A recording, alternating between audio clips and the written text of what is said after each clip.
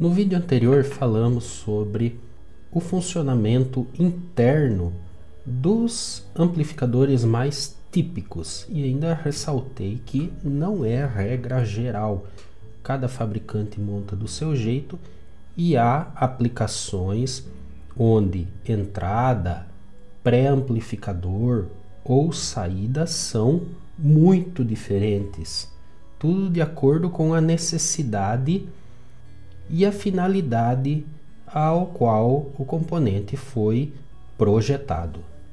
Nesse vídeo vamos falar sobre características principais do componente amplificador operacional, da pastilha, do CI. Não vamos abordar todas, apenas as mais relevantes para a nossa série e que atende à maioria dos casos. A primeira informação é a tensão de alimentação. Vamos ver aqui. Um amplificador típico pode ser alimentado com tensão negativa e positiva, ou com uma alimentação referenciada no zero e uma alimentação positiva. Geralmente, em aplicações analógicas, é usado uma fonte negativa pelo fato de o resultado da entrada poder dar uma como saída negativa e o valor da tensão de saída será realmente negativa. Ou seja, a matemática vai estar correta. Se eu entrar com menos 2 volts, por exemplo, fazer um somador, menos 2 volts com menos 3 volts, o resultado será menos 5 volts, não 5, menos 5 mesmo, ok? Claro, o circuito somador não é esse, tá? Só um exemplo. E as tensões de alimentação podem variar muito de acordo com o componente utilizado, novamente, de acordo com o projeto, com a finalidade dele. O nosso tradicional 741 pode ser alimentado com mais ou menos 18 volts, no mais comum, ou nos 741 modelos especiais até mais ou menos 22. O que quer dizer isso? Mais ou menos 18. Por segurança, nós não ultrapassamos mais ou menos 15. Significa que a tensão positiva será de mais 15 e a negativa será de menos 15. O que dá um total aqui de 30 volts entre entradas. Vou usar, normalmente, tipicamente se usa fonte simétrica em amplificador operacional. Nesse caso, uma fonte de mais 15 menos 15. Ok? Mas é possível usar a fonte comum. Estou dizendo que em casos mais corriqueiros da eletrônica analógica se usa fonte simétrica.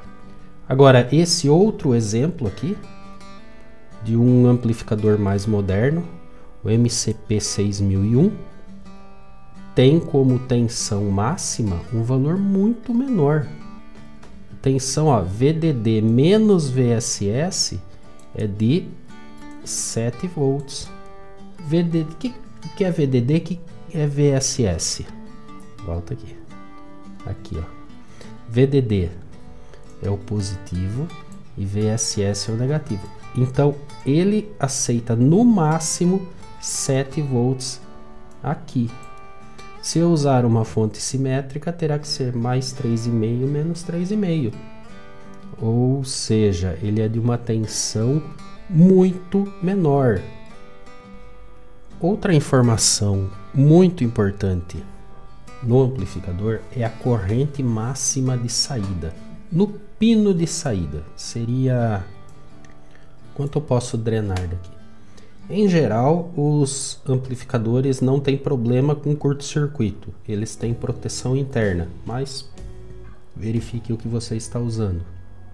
O 741 tem uma informação dizendo que ele aceita curto-circuito permanente quer dizer, por uma falha, se a saída entrar em curto, isso não queima ele. Mas o suporte de corrente, a quantidade de corrente que eu consigo drenar dele é a 25 mA. Não adianta tentar mais que isso que ele não oferece. Em geral, amplificadores operacionais têm corrente de saída muito pequenas, mas sempre há exceção. No caso aqui desse amplificador da Texas, o INA 180 tem uma corrente de saída muito menor, somente 8 mA. Ou seja, não dá para acender um LED com esse componente. Ele não dá conta de acender com qualidade um LED na saída. Não quer dizer que é um componente ruim, muito pelo contrário. Essa característica de corrente máxima de 8 mA é um detalhe dele, uma característica. Mas ele tem outras coisas superiores que fazem ele existir e ser vendido. Mais uma informação importante é a frequência máxima que o componente pode trabalhar. Por exemplo, esse APX321 trabalha tipicamente até 1 MHz. Comparando com o nosso tradicional 741, tem uma faixa de resposta que pode variar de 0,4 até 1,5 MHz. Eu trabalharia com o mínimo, certo? O mínimo é garantido, 0,4 MHz. É óbvio que se você vai trabalhar com tensões contínuas, como um comparador de qualquer variável que não depende de alta velocidade, um somador, um subtrator, a frequência é irrelevante. À medida que trabalhamos com variáveis de alta velocidade ou até com frequências, aí isso será um dado importante. Mais uma informação que pode ser importante para você, principalmente se estiver trabalhando com equipamentos operados por bateria, pilha, bateria, é o consumo de corrente do próprio componente. Muitas vezes chamado de consumo de potência, outras vezes chamado de corrente quiescente. Corrente que o componente precisa para ligar, para funcionar. No caso, por exemplo, desse componente da Microchip, o MCP6L71, o fabricante diz que tem uma corrente quiescente de 150 microamperes por amplificador. Então, no caso de pastilha com mais que um amplificador, tenho que somar as correntes. 150 microamperes é realmente um consumo baixo. Isso pode se apresentar também como essa informação aqui, corrente de consumo por canal, dessa forma, nesse outro componente da sempre Toshiba, o LMV321L, ou também indicado como consumo de potência aqui no nosso tradicional 741. Aí, querendo saber a corrente, divide a potência pela tensão de alimentação, você sabe qual é a corrente esperada do componente. Também temos outra informação muito relevante, principalmente para sinais muito pequenos, para coisas muito sensíveis, que é a resistência de entrada do próprio CI, a resistência de entrada da entrada inversora, da entrada não inversora. Tipicamente para componentes mais antigos, a resistência de entrada é menor porque usa tecnologias, por exemplo, até de transistor bipolar. Mas para as peças mais novas, com MOSFET, por exemplo, as resistências são muito superiores. Por exemplo, o nosso 741 tem uma resistência de entrada que pode variar de meio mega até tipicamente 6 mega ohms, ou seja, de 500k até 6 mega. Parece bastante, né? Mas veja só, o LMC7101 tem resistência de entrada de maior que 1 tera ohm. Isso pode fazer toda a diferença em alguma aplicação, por exemplo, industrial, de leitura de pH, leitura de algum sensor que gera poucos milivolts, um termopar, alguma coisa nesse sentido. Esse componente é da Microchip. Agora, essa característica, essa variável, é melhor mostrar para você o que é, para a gente entender direitinho. Ela chama Slew Rate. Você vai encontrar com este nome aqui, ó. E do que se trata? É a velocidade com que ele é capaz de alterar a tensão de um valor para outro valor. Isso daqui, ó. Veja no gráfico. Eu saí de 0 ou de um valor e fui para outro valor instantaneamente, só que ele não foi instantâneo, ele demorou um certo tempo para chegar lá. É o tempo de resposta do componente para qualquer variação. Variações de alta velocidade vão aparecer mais, né? Variações de baixa frequência, variações de baixa velocidade, isso às vezes é até irrelevante. Isso aqui nós falamos assim, quantos volts isso variou, quer dizer, qual foi a taxa de variação em volts num espaço aqui de microsegundos. Então a conta é volts por microsegundos, certo? Quanto maior a velocidade, mais volts a cada microsegundo ele consegue variar e torna o componente mais nobre. Por exemplo, o nosso 741 tem uma taxa de variação, o slew rate, típico de meio volt para cada microsegundo. Isso influencia na frequência máxima que ele pode funcionar. Se você gosta de carro, de moto, isso seria mais ou menos um motor funcionando com tuchos, onde um RPM muito alto, os tuchos não acompanham e o motor perde o rendimento. Por aí, é por esse caminho que funciona o slew rate. Já a série TLV 900 da Texas tem um slew rate na casa de 2 volts por microsegundo, muito superior. Ou seja, ele tem uma resposta a variações de alta velocidade muito maior, muito mais rápido nesse caso. E apesar da frequência máxima não ser tão alta, tem a ver com a frequência, até porque no limite do slew rate eu não tenho mais frequência, ele não consegue trabalhar mais. Mas a frequência máxima não é exatamente, apesar de ter convergência com o slew rate, as pequenas variações rápidas. Outra característica importante é a tensão máxima de saída com relação à fonte.